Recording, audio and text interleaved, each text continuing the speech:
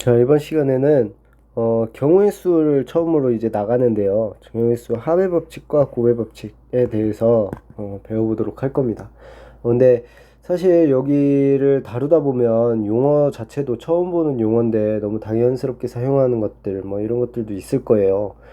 그 부분에 대해서는 사실 뒤에 확률과 통계에서 다시 배웁니다. 다시 배우고 좀 더 깊이 배울 거예요. 그러니까 그냥 그러려니 하고 넘어가면 돼요. 좀 은근슬쩍 넘어가는 면들이 좀 많아서 선생님 사실 좀 마음에 안 들지만 그래도 교육과정이 그러니까 우리 이거를 배우고 넘어가야 합니다. 합의 법칙과 고배 법칙도 사실 어, 확률과 통계에서 교과에서 다시 배울 거예요. 그러니까 지금은 조금 익숙해지기 위해서 노력을 한다, 뭐 이렇게 생각을 하면 될 것 같고, 그리고 이 경우의 수 쪽은 합의 법칙이다, 곱의 법칙이다 해서 무조건 더하고 무조건 곱하고 뭐 이렇게 생각을 하면 문제를 풀 수가 없어요. 음.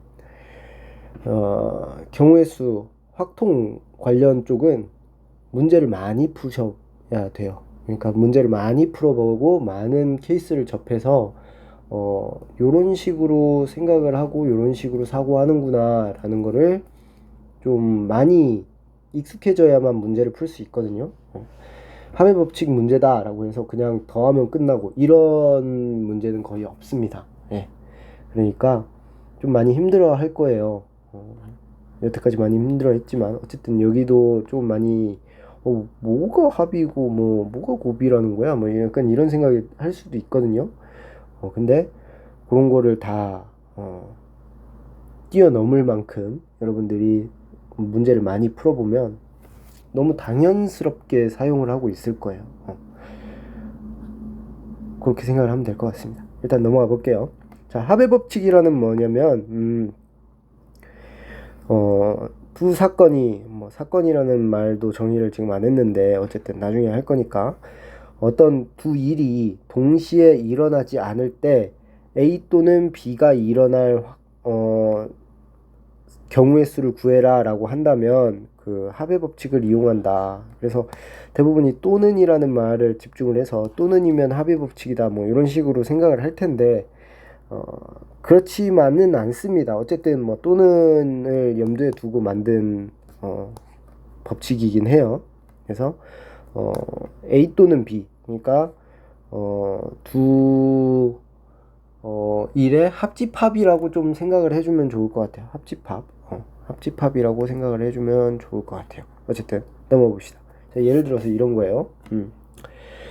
x, y가 자연수일 때 x 플러스 y가 3보다 작거나 같다를 만족시키는 x, y의 개수를 구해라. 자, 그러면 요 케이스를 나눌 수 있어요. 자연수기 때문에 자, 생각해 봅시다. x 플러스 y가 0이 되는 거를 한번 생각해 볼게요. 자연수기 때문에 존재하지 않죠. 1인 거 한번 생각해 봅시다. 자, 1, 0. 자연수기 때문에 하나 0 되면 안 돼요. 자, 그러면 x 플러스 y는 2부터 시작해야겠네요. 2일 때는 어떻게 돼요? 1, 1 하나밖에 없죠. 한 가지. 자, x 플러스 y가 3일 때 생각해 볼게요. 3일 때는 어떻게 돼요? 여기 1, 2, 2, 1 이렇게가 있네요. 그렇죠? 그래서 두 가지. 자, 지금 x 플러스 y가 2인 사건 그러니까 x 플러스 y가 2인 1과 x 플러스 y가 3인 1은 따로 이루어지고 얘 또는 얘일 때 이거를 만족시키는 거죠. 그렇기 때문에 이 두 가지를 더해서 세 가지다 라는 게 합의 법칙입니다. 사실은 어떻게 보면 이 합의 법칙이라는 말을 몰라도 우리가 당연히 이렇게 더해서 세겠죠. 이거를 곱하는 사람은 없겠죠. 그렇죠? 그런 거예요. 합의 법칙은. 어떻게 보면 당연히 더해야 되는 상황에서 더해진다라고 생각하는 거예요. 이게 이제 합의 법칙입니다. 나머지 문제를 한번 풀어보고 곱의 법칙은 뭐냐? 이제 동시에 일어나는 때 곱해준다. 곱의 법칙이니까 곱하는 거죠.